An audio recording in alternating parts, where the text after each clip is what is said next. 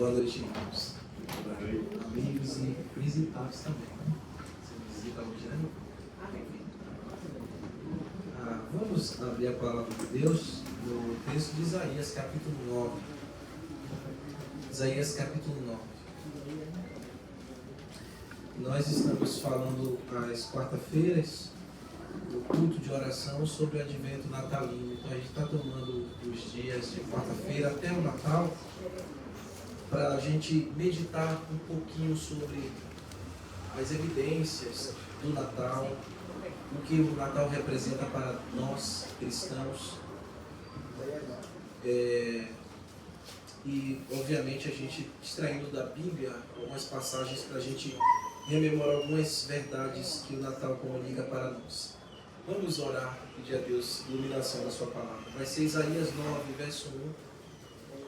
A gente vai ler alguns versos aí do Isaías capítulo 9, a partir do verso 1. Senhor, nessa noite queremos pedir a tua bênção no momento em que iremos refletir a tua palavra neste devocional que nós estamos realizando semanalmente aqui, e rogar a ti, Senhor, que faça com que brote no nosso coração o verdadeiro sentido natalino das nossas almas, nos trazendo esperança, regozijo, paz verdadeira que procede do Senhor.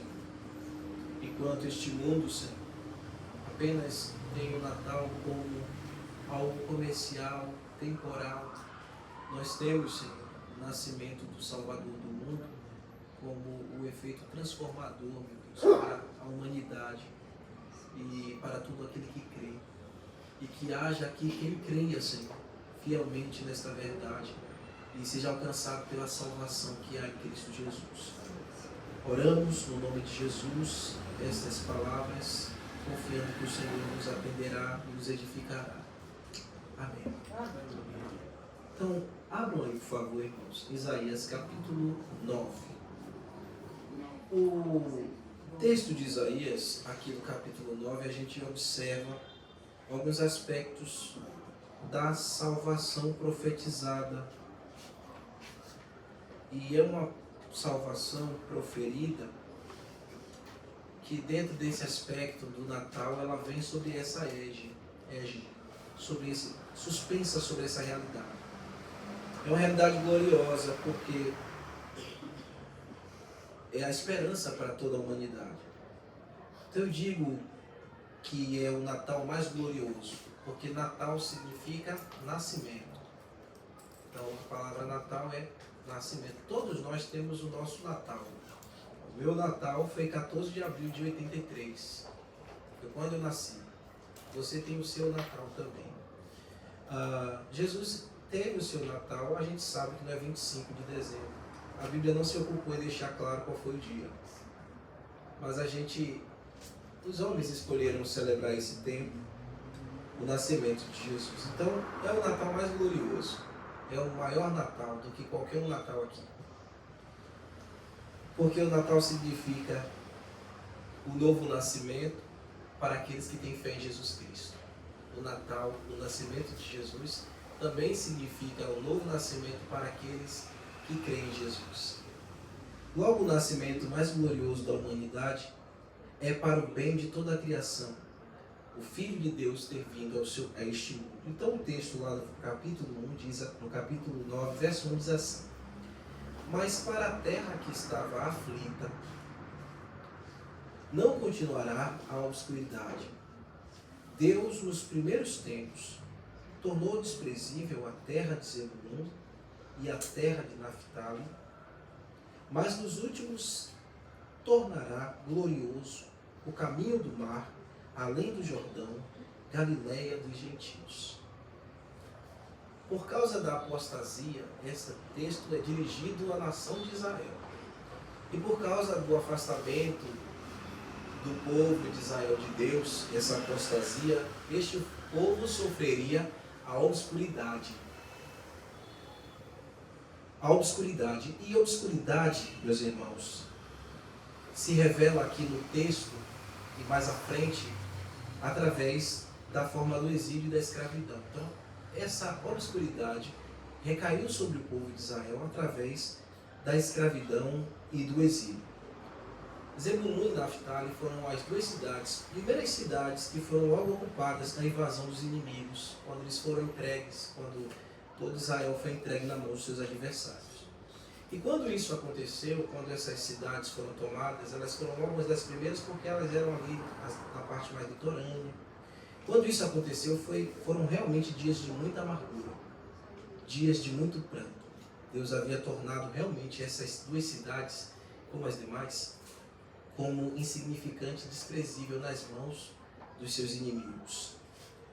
E Deus trouxe juízo e calamidade em forma de disciplinar o seu povo que havia se afastado da sua vontade. E era um tempo muito triste, como eu disse, mas o profeta não está dizendo que era o fim ali, que isso seria o fim daquele povo. Ele predisse que não era o fim, porque nos últimos dias o Senhor tornaria aquela região uma região novamente gloriosa. Mas isso não seria o objeto da libertação do exílio no futuro. Seria por objeto da vinda de Jesus, da vinda do Salvador. Então veja comigo aí o verso 2. O povo que andava em trevas viu grande luz, e os que viviam na região da sombra da morte resplandeceu-lhes a luz. Então era um povo que estava amargurado, entristecido, sem esperança. O profeta no verso 2 disse que eles estariam em alegria. Então há um contraste aqui da tristeza para a alegria, do que era desprezível para o que é glorioso. Então eles viveriam isso. Os que andavam na sombra da morte resplandeceu-lhes a luz. As trevas com que eles estavam ali mergulhados também na Bíblia representa, como você sabe, o pecado. Não somente o cativeiro com o qual eles iriam ter que enfrentar e seriam enviados, mas também o pecado. Porque o cativeiro veio por causa do pecado. O povo havia se desobedecido a Deus e se afastado do Senhor. A mão de Deus pesou sobre aquele povo. E o povo estava sem esperança. O profeta está dizendo que nos últimos dias, esse povo nessa condição iria ver uma grande luz. Deixaria o exílio, deixaria a escravidão, sairia das trevas para a luz. Isaías estava profetizando aqui, não a escravidão humana, a libertação da escravidão humana, mas ele estava apontando, através desse texto, a libertação não física, mas espiritual. Esta profecia aponta para algo muito mais além. Ela se refere à salvação espiritual que o seu povo precisava e que toda a humanidade precisa. Este é o grande livramento que Israel precisa e que toda a humanidade precisa e que decorre de Jesus Cristo. Obrigado, minha filha. E ele estava profetizando o advento da vinda do Messias nesse texto, o qual libertaria o seu povo do cativeiro e salvaria o seu povo da condenação eterna dos seus pecados. Veja comigo lá em Mateus, para a gente ter uma relação bem mais clara do que eu estou dizendo para vocês aqui. Isaías capítulo 9 é um texto messiânico, né? Em Mateus capítulo 4, verso 3 ao verso 17, o evangelista Mateus repete estas palavras aqui, relacionando ela diretamente com a vinda de Jesus. Jesus já havia nascido, ele já estava em exercício do seu ministério, libertando, curando as pessoas. Verso 13, capítulo 4, verso 13. E deixando Nazaré, aqui no caso foi Jesus, foi morar em Cafarnaum, situada à beira-mar, nos confins da onde? Aquela mesma cidade, né? Olha que coisa linda, né? Aquela cidade que o profeta tinha dito que eles estariam dessas trevas, que seriam entregues ao vexame, à vergonha, à destruição, à humilhação. Olha onde a luz do mundo foi parar. Como o profeta havia dito. E isso é muito importante, meus irmãos, porque assim como Naftali, assim como Zebulun, são as nossas vidas, são as nossas almas deste mundo, sabe? Que estão apagadas, entristecidas, que estão humilhadas, que estão consideradas desprezíveis por causa do pecado, por causa do afastamento da natureza do homem de Deus. Mas quando Jesus chega nessa alma, quando Jesus chega nessa terra, nesse coração, a luz aparece, as trevas se dissipam e a vida ressurge. O que era desprezível torna-se prazeroso, torna-se valioso. Olha onde a luz do mundo foi parar, meus irmãos, cumprindo a profecia, para que se cumprisse o que fora dito por intermédio do profeta Isaías: terra de Zebulun, terra de Naftali, caminho do mar, além do Jordão, Galileia dos gentios, o povo que jazia em trevas, que morria nos pecados. Eu disse para você que trevas também lembra de pecado. O povo que jazia, enfraquecido, que estava morrendo nos seus pecados, morto no seu pecado, viu grande luz. E aos que viviam na região e sombra da morte, resplandeceu-lhes a luz.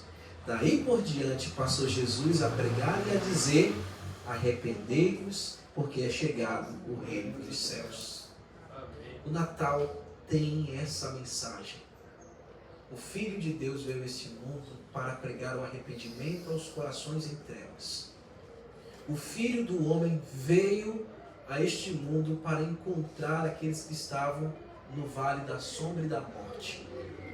E isso é maravilhoso porque se ele não viesse a este mundo, nós não seríamos libertos dessa escravidão, desse cativeiro espiritual que o pecado colocou à humanidade e esmagava a humanidade. Somente a luz do mundo poderia romper as trevas do pecado, as algemas do pecado e pôr o homem em liberdade. E todo aquele que crê em Jesus, Filho de Deus, que nasceu neste mundo e rende a sua vida a Ele, as algemas do pecado são quebradas, as trevas são dissipadas e a luz do Senhor brilha no coração desta pessoa. É um brilho refulgente. E esse brilho é visto por todos. Por que neste mundo, irmãos, as pessoas querem fazer com que os brilhos artificiais sejam uma evidência da alegria que eles não têm no seu interior? Eles enfeitam todas as coisas. Eles compram presentes, eles fazem ceias. Fazemos tudo isso também. Não está errado a gente enfeitar a nossa casa, preparar uma boa ceia para comer com os amigos, mas a gente sabe que essas coisas são símbolos que comunicam a luz que já brilha no nosso interior. Aquele que tornou a nossa vida e nossa alma digna. Então comemos com alegria e com prazer, porque Jesus nos tirou do vexame que o pecado havia nos colocado. Nós enfeitamos a nossa casa não para comunicar o que os homens que não creem na luz verdadeira deste mundo tentam buscar. Nós fazemos isso anunciando que na nossa vida brilha a luz que nunca se apagará. E é Jesus Cristo. Jesus é o Messias que foi prometido.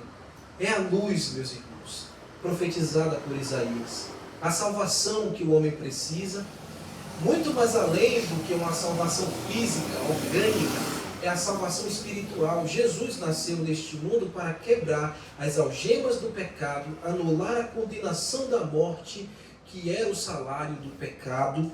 Jesus é poderoso para fazer isso. Ele fez e continua fazendo isso a todo aquele que crê. Ele é a luz poderosa que ilumina as trevas de todo aquele que com fé contempla a sua maravilhosa salvação que Ele lhe propõe gratuitamente, Ele oferece de graça. Essa é a mensagem do Natal. O Natal carrega isso, irmãos. Porque Ele nasceu com este propósito: remir das trevas o pecador. Ele nos enviou a sua graça e o seu perdão quando Ele entregou a sua vida na cruz. E naquele ato, em resgate, quebrou as algemas que nos prendiam. E trouxe luz à obscuridade das nossas vilezas. Chegará o dia, meus irmãos, em que é a grande luz deste mundo, virá outra vez. A primeira vez que esta luz surgiu neste mundo, ela foi reconhecida envolta em uma manjedoura, como eu preguei para vocês na semana passada. Mas esta luz não precisará nascer novamente nesse sentido, mas ela virá. E quando ela vier, será como um sinal do Filho do Homem vindo sobre as nuvens do céu, com poder e grande glória refulgente. E ele estabelecerá o seu reino, onde reinarão todos aqueles que foram iluminados pela sua justiça. E nunca mais haverão trevas neste mundo, quando ele governar e estabelecer o seu reino, e depois estado eterno para todos aqueles que creem nele como Salvador. E o que ele está fazendo hoje, enquanto aguardamos esse dia?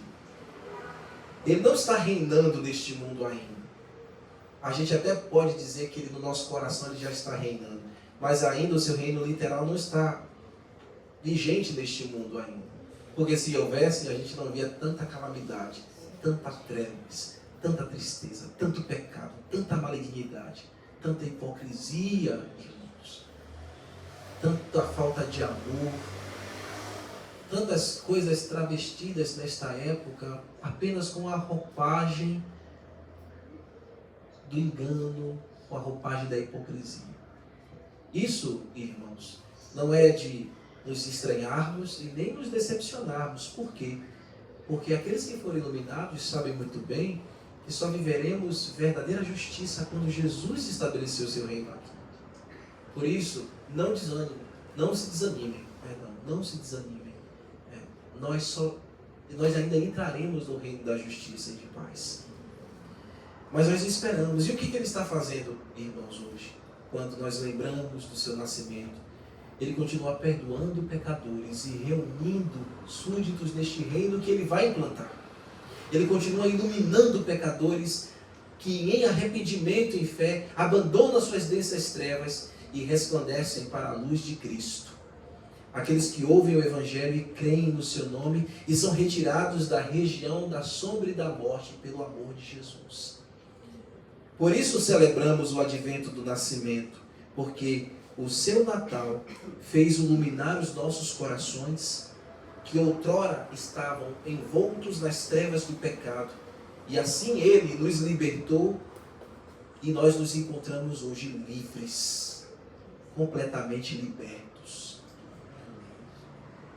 Ó bendita luz que raiou nos nossos corações, o brilho mais cintilante que o homem poderia receber, que abriu os seus olhos para contemplar o mais belo, o mais majestoso, o Senhor Jesus Cristo. Ó bendita luz que veio a este mundo e abriu os nossos ouvidos para ouvirmos as doces palavras de Jesus que alimentam e iluminam o nosso interior. É verdade, irmãos.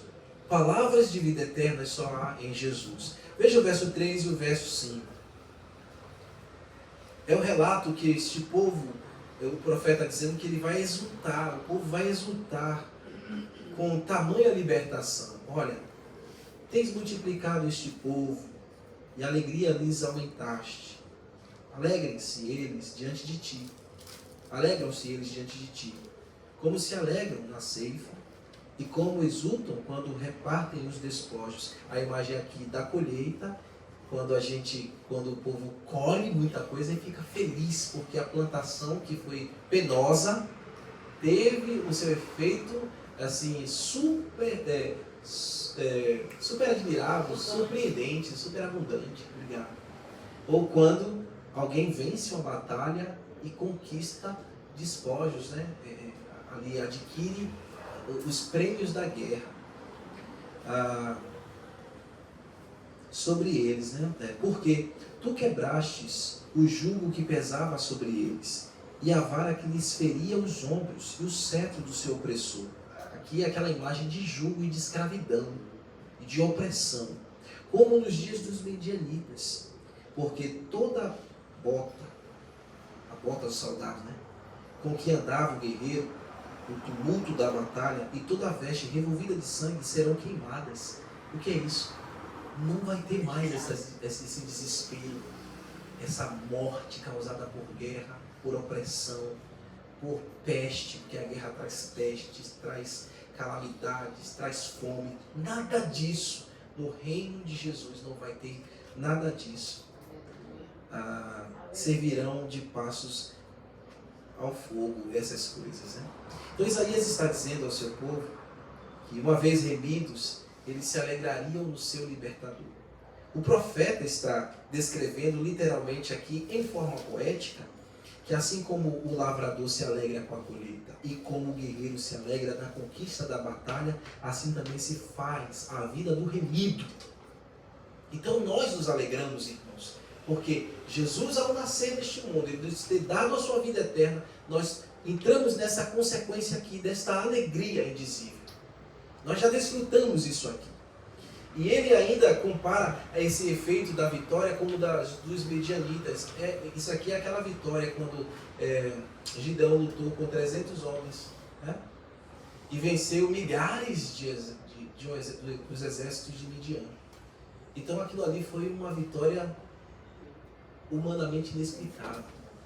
E o povo ficou muito feliz, muito exultante. Até hoje é celebrada essa vitória no meio do povo de Israel. É assim que se faz na vida daqueles que foram iluminados por Jesus Cristo. E assim o profeta compara a vida daqueles que são iluminados. Agora, eu quero que você veja comigo aqui, nesse texto, o verso 7, o verso 6 e o verso 7. Aqui ele vai caminhar aqui mais especificamente para o nascimento desse Messias, né? Que é essa luz que viria de vir e traria libertação para o seu povo. E nós já vivemos e gozamos disso, né, irmãos? Olha o que ele diz. Porque um menino nos nasceu, um filho se nos deu. O governo está sobre seus ombros e o seu nome será, fala aí comigo, maravilhoso conselheiro, Deus forte, Pai da eternidade, príncipe da paz, para que se aumente o seu governo e venha paz sem fim sobre o trono de Davi e sobre o seu reino, para estabelecê-lo e firmar mediante o juízo e a justiça, desde agora e para sempre. O zelo do Senhor dos Exércitos fará isso. Ele é o Filho que foi nos dado, irmãos. O texto fala, um filho se nos deu. Deus fez o seu Filho nascer neste mundo para ser oferecido a nós. Nós podemos dizer, nós que cremos e que fomos iluminados, Jesus é meu Salvador. Ele nasceu para ser o meu Salvador. Ele foi dado por amor a mim. Isso é muito glorioso. Isso é maravilhoso e ao mesmo tempo nos humilha.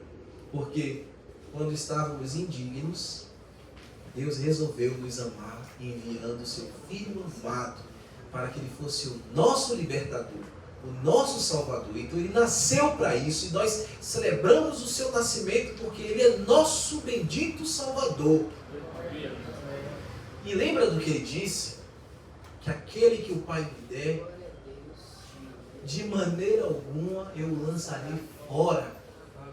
Aquele que ele iluminou, a quem ele iluminar, de maneira alguma voltará às trevas. Quem saiu das trevas e participa agora da luz de Cristo, nunca mais andará nas trevas. Porque eles têm no seu coração a luz do mundo e o Filho como o seu Salvador, o seu Senhor e o seu Redentor. Então, essa noite escura que vivíamos já passou, irmãos. Essa noite fria de pecados já ficou para trás. E nós só aguardamos o dia glorioso em que entraremos pelas portas da cidade de Jerusalém, a Nova Jerusalém, com o nosso Rei para governar as nossas vidas. E o texto diz que o governo está nos seus ombros. Ou seja, ele é investido de toda autoridade e também um dia reinará com os seus irmãos. O Pai deu o Filho unigênito, o primogênito, para os outros filhos dele, né? Somos nós. Somos irmãos de Jesus, assim por dizer. Ele é nosso Senhor e nosso Deus. E Ele governará a nossa vida. Quem aqui quer ser governado por Jesus? Eu quero que Ele governe a minha vida na eternidade. Ele já governa a nossa vida aqui, irmãos. Ele já está guiando a nossa vida. Ele começou a governar a sua vida no dia que você foi liberto dos seus pecados pela graça da sua salvação. E Ele está guiando você, e um dia você estará com Ele e se assentará com Ele no seu trono. É o que diz em Apocalipse: ao que vencer, eu vou lhe dar o direito de se assentar comigo no trono. Nós governaremos com aquele que está investido de toda autoridade nos céus e na terra. Este Filho também, que haveria de ver, Ele é um maravilhoso conselheiro. Enquanto vivemos este mundo e nessas batalhas, os que foram iluminados têm um maravilhoso conselheiro para guiar a seu coração e a sua alma. Você precisa de conselho de sabedoria? Você já tem um maravilhoso conselheiro em você, governando a sua vida, sendo o teu salvador e lhe dando todo o gozo que você precisa através do maravilhoso conselho que Ele tem na sua palavra.